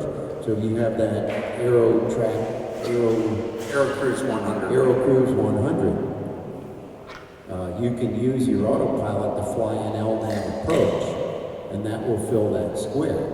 It doesn't have to be hooked up to a VOR, but you will still have to then do a manual VOR or ADF approach to get that third approach. So consider carefully before you take that last VOR out of your airplane. And I appreciate that, Ron, because you got a very valid point. For the sake of the conversation, I went there because I know of a few airplanes like that, and they do just fly VFR. But I did that to sort of emphasize the point of where you go. I mean, you can still have a VOR and a GPS and go with an Aerocruise 100. But the minute you say that you're going to do something on the pilot's panel, I'm not so sure that's the right choice. And that was the point that I was trying to make. But thank you. Just realize you will never be able to use that autopilot to fly an ILS. You will never be able to couple it to an ILS glide slot. You will never be able to couple it to a VOR. That's okay with you? Hey, no worries. It's not certified for drones. I'm sorry? Aerocruise is not certified for drones. Okay, forget everything we said about it. Yeah, you know, and that's the key. The other thing with picking an autopilot, it's very dependent on STC approval. And Garmin and STEC have the most STC approvals to date, for sure. Correct. Is the Aerocruise 100 TSO? All autopilots have a TSO for the most Okay, part. so then there is a route to install it in the Grumman, even though it's not No. Autopilots can only be installed via STC because you can't even do a field approval for an autopilot install. No, it won't happen. That's something that goes way up through the higher echelons of the FAA through the ACOs and so on and so forth. Yeah. This is a maybe off the wall question, but do you know, is there any move to get the FAA to change the way they certify autopilots? Because we're now getting into digital autopilots, which are totally different than the old autopilots. My answer to that, he's asking, is there any motivation for the FAA to consider changing how they certify How they autopilots? certify autopilots, because we're no longer dealing with mechanical autopilots, we're dealing with digital autopilots. And so there is a group of people that are trying to get the way that the FAA changes certification, because it's a matter of that autopilot is going to perform the same on every plane that it's in. It's the servo installation. And the reason I'm bringing this up is because of Dynon. There's a groundswell to get the way the FAA changes certification of autopilots. I got one word: reliability. Yeah. I don't think, my personal opinion, based on what I've seen and the discussions I've had with the FAA on certification matters, is autopilot certifications are not going to get easier, they're getting more difficult, particularly ones that have a lot of automation. The Boeing MAX thing changed the world that we thought was getting better, and it was getting better. You know, when I stood at Sun and Fun a number of years ago, Dynon came out with a STC for their D10 EFIS. Man, oh man, that's what we've been waiting for. A experimental EFIS for our certified airplanes, installable under an STC. The world has changed forever, and it did. Garmin came out with the G5 with an STC, and then we started seeing some crashes that were the fault of automation, and the FAA said, whoa, let's take a step back here, and things are becoming worse than they were at the beginning. So I don't see any changes in autopilot certification in the near future. Well, not only that, from a shop standpoint, if I were to make a commitment tomorrow with my insurance company that I'm never going to touch or install, repair or install an autopilot moving forward, my rates would plummet. the liability associated with autopilot, whether Huge. we like it or not, because whenever there's an accident or an incident, the first thing they want to do is point it at the autopilot if it was engaged. I just think it's a numbers thing and a liability issue. Yeah. By the way, I don't know if everybody's seen this in the newspaper. A few days ago, the Boeing chief test pilot for the 737 MAX program was just indicted on federal criminal charges, and he could well go to jail. They're not kidding about that stuff. No. Anybody else? Well, one other thing worth mentioning is every month in the magazine we have a section called the Used Aircraft Guide, and we look at just about every model we can imagine. We look at market trends, we look at model history, we look at ADs. It's a whole rundown of what you may want to know if you're shopping the market for a used Grumman. And it's almost time to do it is time to do the Grumman Tiger, and we need feedback. In that section, we have owner feedback, and owners write us their experience with the airplane, what it's been like to maintain, what it's like to transition to, training, speeds, real-world performance. We need as much as we can get. We need good photos. If you want to show your airplane off, we'd love to print it in the magazine. So get in touch with us however you can on Facebook, social media, and we need as much feedback as we can possibly get on the AA5B series. Yeah, I had another question.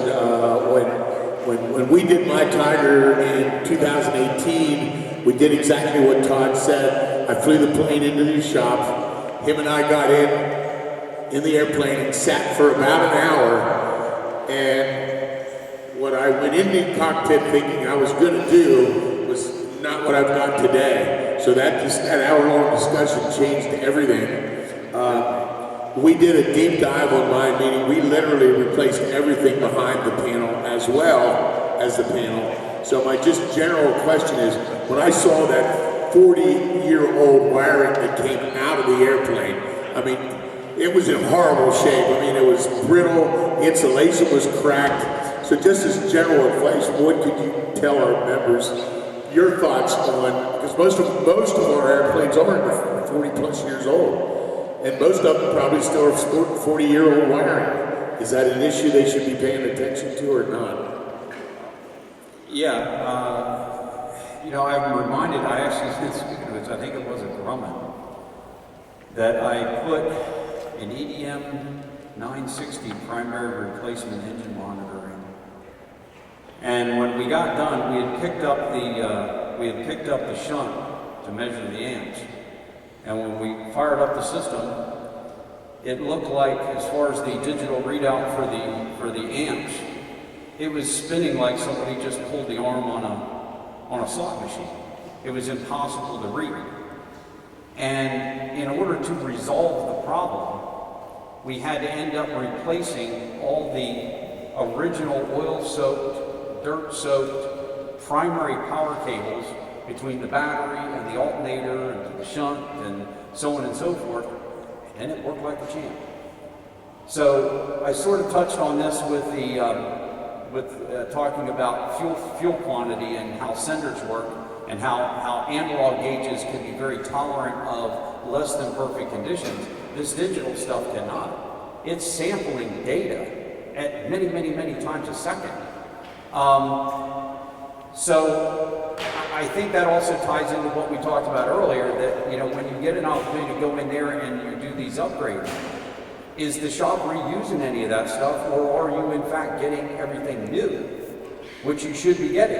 If you're getting a new radio, you should have all new wiring, let alone the old stuff coming out. If you do that and you keep the spirit of that, it's going to eliminate the kind of things that are going to result in problems in the long run. And there was one point I wanted to make earlier, and it's just a little bit of advice, especially in the day that we're in right now. We are finding that a lot of the stuff that was old 10 years ago still continues to work, but it is 10 years older, okay? In a way, this is going to sound like a sales pitch, but it's the reality of it. I say to customers all the time, think about your panel, think about what you're going to do when any specific device fails. Are you going to get it repaired? Are you going to go out and buy another used one? Are you going to upgrade it? Because the issue is you need to be making changes on your terms, rather than waiting for the equipment to dictate those terms. Especially if your plan is, oh, I've been thinking about doing a glass panel for 2 years, now my HSI has failed, I've got a big trip coming up, Todd, can you put a G5 in for me? Sure, I can put a G5 in for you 5 months from now, and you're like, well, what do I do in the meantime?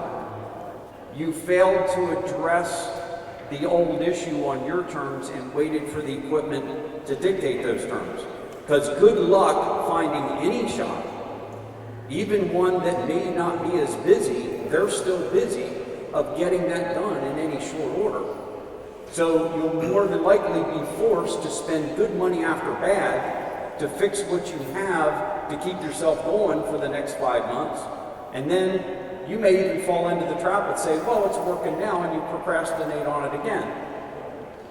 So that was the last piece of advice that I wanted to throw out. Yes? This year at AirVenture, Aspen had a fairly major announcement about a significant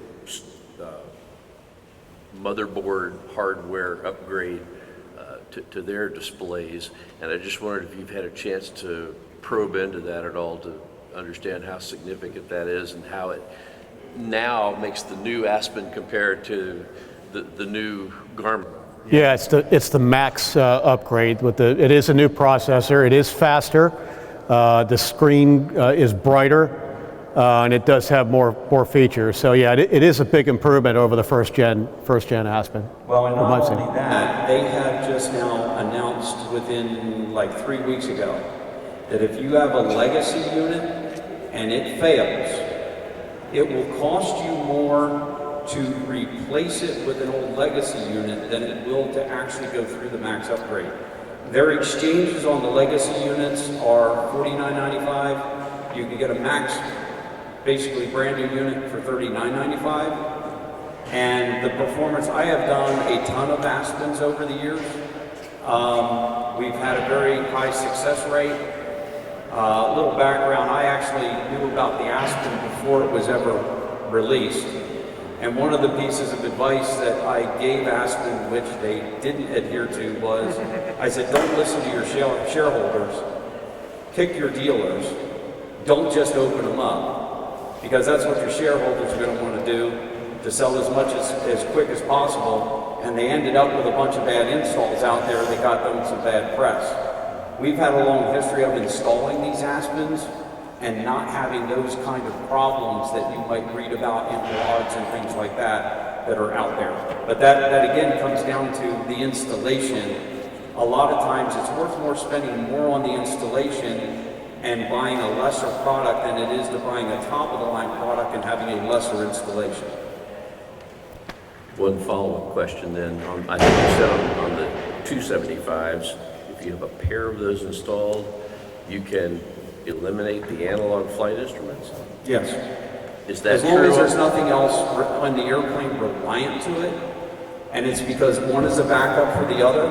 So effectively you have 2 TSO airspeeds, 2 TSO altimeters, 2 AIs, yes. Is that also true of the new Pro Max, or do you have to have 2 Aspens? The Pro Max is a single AHRS. You got to have the second one in order to accomplish the same thing. But the other key point with one of the downsides of the legacy unit is that regarding attitude, airspeed, and altimeter, it required you to keep a backup for each one of those. Okay?